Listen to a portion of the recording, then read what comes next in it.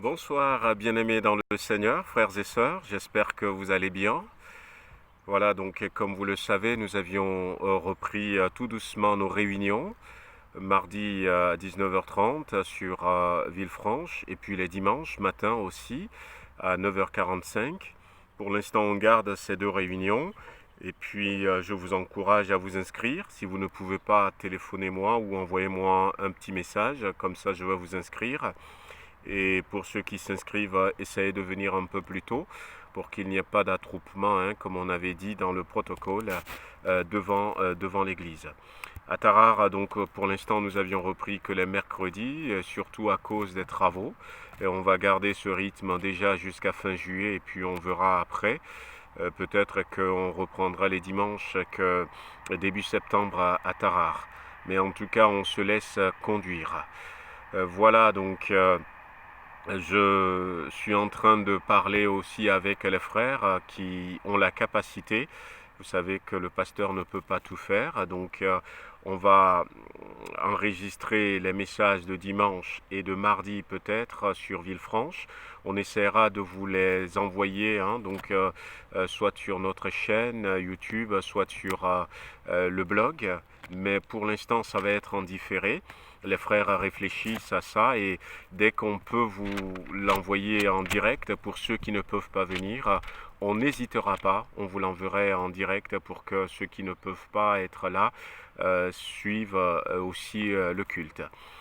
Voilà donc pour ce soir, une parole d'encouragement rapidement avant de vous laisser dans votre prière. Ça a peut-être déjà commencé chez certains. Simplement vous dire que mardi, nous avions continué l'étude sur les fondements de la parole et j'avais expliqué que dans la parole de Dieu, ce qui est important, c'est qu'on voit que pour faire passer son message, Dieu va utiliser plusieurs canaux. J'ai parlé de la nature dans le psaume 19. C'est très intéressant de relire ça, où on dit la nature, les cieux et la terre proclament la gloire de Dieu. Tout comme on peut dire que la Bible proclame la gloire de Dieu, la nature a été utilisée par Dieu pour envoyer son message aux humains. D'ailleurs, il n'y a pas de tribu, il n'y a pas d'ethnie qui, à un moment donné, ne croit pas qu'il y a un être suprême. Et comment est-ce que cela est arrivé? C'est parce que, quelque part, Dieu a communiqué son existence au travers de la nature. Mais Dieu n'a pas utilisé que la nature, il a utilisé aussi la conscience. L'apôtre Paul nous en parle dans l'épître aux Romains, chapitre 2. Vous pouvez lire à partir du verset 13, même à partir du verset 12 jusqu'au verset 15. Et vous verrez qu'il avait dit là que il y a ceux qui ont vécu sans la loi, mais qui font ce que la loi prescrit, parce que leur conscience les a réveillés sur ces choses. Autrement dit, ce que la loi dit de ne pas voler, eh bien Dieu l'a écrit dans la conscience humaine. Bref, Dieu va utiliser des canaux. La Bible dira dans Hébreux chapitre 1 verset 1, après avoir à plusieurs reprises et de plusieurs manières parlé à nos pères au travers des prophètes, donc Dieu va à un moment donné utiliser la loi, il va utiliser les prophètes. Dieu ces derniers temps nous a parlé au travers de son Fils. Il parlait de Jésus-Christ et Jésus aussi a été un canal très très important que Dieu va utiliser pour faire passer son message. Mais il y a un autre canal, c'est ce canal, l'apôtre Paul en parle aux Corinthiens, dans Corinthiens chapitre 3. Nous pouvons lire à partir du verset 1er, Corinthiens chapitre 3, 2 Corinthiens chapitre 3, verset 1er, où l'apôtre Paul dit ceci: recommençons-nous à nous recommander nous-mêmes, ou aurions-nous besoin, comme quelques-uns, de lettres de recommandation pour vous ou bien de vous? Vous êtes notre lettre écrite dans nos cœurs, connue et lue de tous les hommes. Vous êtes manifestement une lettre de Christ, écrite par notre ministère, non avec de l'encre, mais avec l'Esprit du Dieu vivant, non sur des tables de pierre, mais sur des tables de chair, sur votre cœur. Et je suis revenu sur cette intention divine que dans ces dernières heures, le canal qu'il va utiliser pour faire passer son message, ce soit nous, les chrétiens, ce soit son Église. Non plus, eh bien, c'est vrai que tous les autres canaux sont toujours là, mais Dieu désire en plus de ces canaux nous utiliser, nous également, pour faire passer son message. C'est important, frères et sœurs, parce que être chrétien, c'est être porteur d'un message de Dieu. Le Seigneur Jésus nous dira par exemple dans Matthieu, vous êtes la lumière du monde.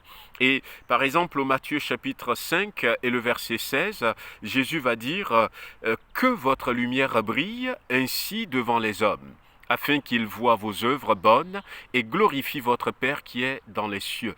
La question que je me pose à moi-même, est-ce que ma lumière brille ? La lumière que Christ a mis en moi.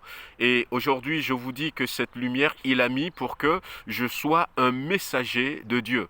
Peu importe que je sois né de nouveau il y a longtemps ou que je vienne de rencontrer le Seigneur, je suis porteur d'un message, le message du salut. Et est-ce que ma lumière brille ? Ce verset nous dit que votre lumière brille devant les hommes. Est-ce que ma lumière brille devant les hommes ? Est-ce que ma lumière brille devant mes voisins ? Et le résultat, c'est afin qu'ils voient vos œuvres bonnes. Est-ce que les autres peuvent témoigner de mes bonnes œuvres ? Est-ce qu'ils voient les œuvres bonnes que je fais ? Et est-ce que ça les pousse à glorifier Dieu qui est dans les cieux ? Voilà donc toute une réaction en chaîne qui est un test pour nous montrer si nous sommes ces derniers temps le messager de Dieu, et si nous sommes ces derniers temps le canal au travers duquel Dieu parle encore aujourd'hui.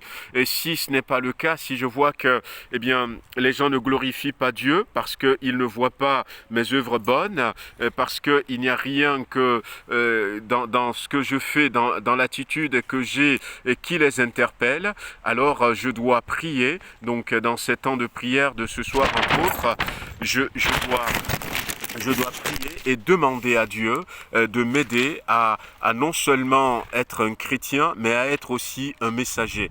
L'évangile est arrivé jusqu'à nous parce que Dieu l'a communiqué au début, même si ça ne portait pas le nom de l'évangile, il l'a communiqué à la nature, il a communiqué à notre conscience, et puis Dieu l'a communiqué par la loi qu'il avait donnée lorsque quelqu'un était disponible, et puis Dieu va continuer quand même, il va utiliser les prophètes, Dieu va utiliser toutes les Écritures. À un moment donné, ils n'avaient pas ceux qui nous ont précédés, ceux qui étaient là du temps de Jésus, ils n'avaient pas la Bible. Dieu a choisi les pères de l'Église pour compiler la Bible, pour que nous puissions avoir ces choses importantes. Et aujourd'hui, Dieu nous dit, mes enfants, mes fils, mes filles, je compte sur vous pour continuer à propager cette nouvelle, ce message que j'existe et que j'aime les hommes, j'aime l'humanité, et qu'ils se tournent vers moi, qu'ils me glorifient, que le Seigneur nous aide donc à être des chrétiens qui, dans ces temps de la fin, où le monde peut-être a besoin plus de Dieu que jamais, à remplir cette mission pour laquelle nous sommes appelés, être des canaux au travers desquels la parole de Dieu se répande. Voilà, que le Seigneur vous bénisse. Bon moment de prière à chacun d'entre nous. On va remercier le Seigneur avant de se séparer. Seigneur, nous voulons te remercier encore pour la grâce que tu nous fais de te connaître, de t'appartenir. Nous remettons entre tes mains en ce moment nos vies, afin que tu nous aides véritablement à être ceux qui vont être tes messagers, à être ceux qui vont être utilisés par toi pour atteindre ceux qui sont tout autour de nous. Béni sois-tu, Seigneur, dans le nom de Jésus-Christ. Amen. Voilà, que le Seigneur vous bénisse. À dimanche pour ceux qui seront au culte. Sinon, vous savez, on est toujours disponible, et que le Seigneur nous donne rapidement de retrouver le rythme normal. Encore une fois, soyez bénis.